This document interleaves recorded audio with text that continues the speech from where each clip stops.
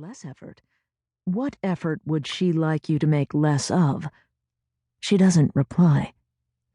Can you give me an example? She remains silent. That shouldn't be too hard, right? To come up with just one example, I say, clasping my hands, smugly, I must admit. No, it's not too hard, she replies. Okay then, I'm all ears.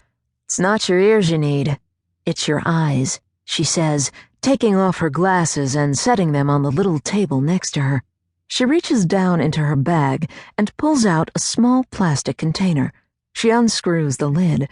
She sticks her fingers in each of her eyes and removes brown contact lenses, which she then drops into the plastic container.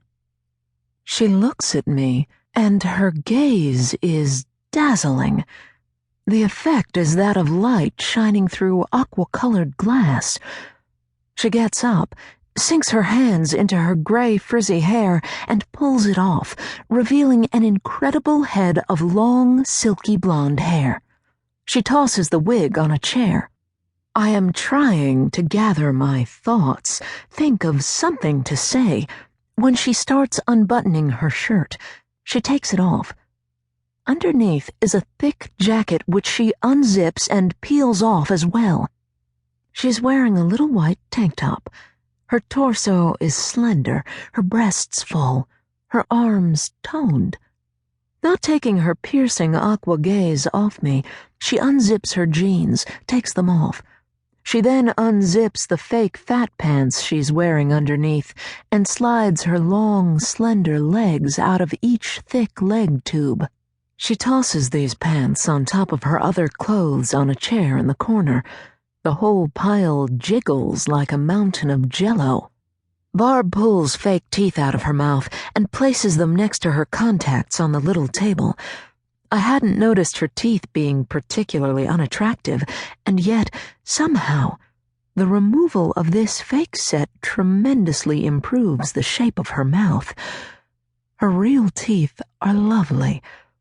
Framed by her beautiful hair and punctuated by her real teeth, her face is now noticeably exquisite.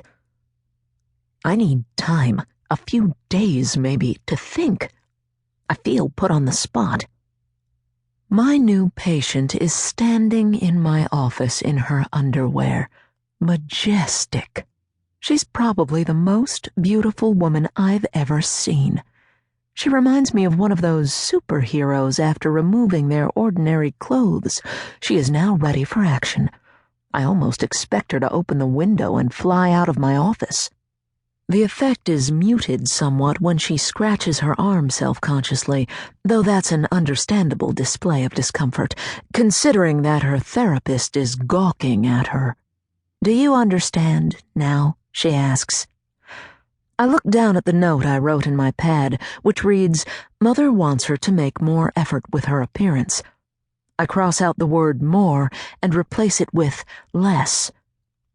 Yes, I see, I say. How often do you wear this disguise? All the time, pretty much. Why? I find my real appearance impractical. But isn't your disguise even more impractical? Isn't it heavy? Yes, it's a bit heavy, but I feel much lighter in it. Being dowdy is liberating. Liberating in what way? She shrugs. I'm left in peace. Peace from what?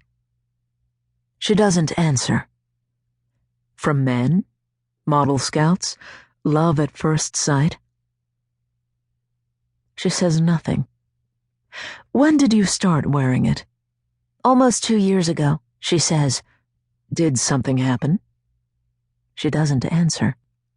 I repeat, did something happen almost 2 years ago that made you start wearing this costume? She looks suddenly weak, visibly upset. She sits down, drapes her shirt over herself, no longer resembling a superhero so much as a lost girl from a fairy tale. She doesn't say anything. Tell me what happened, I urge softly, suspecting abuse, sexual harassment, possibly rape. I can tell she's having trouble. She doesn't want to cry, but if she attempts to speak, she will.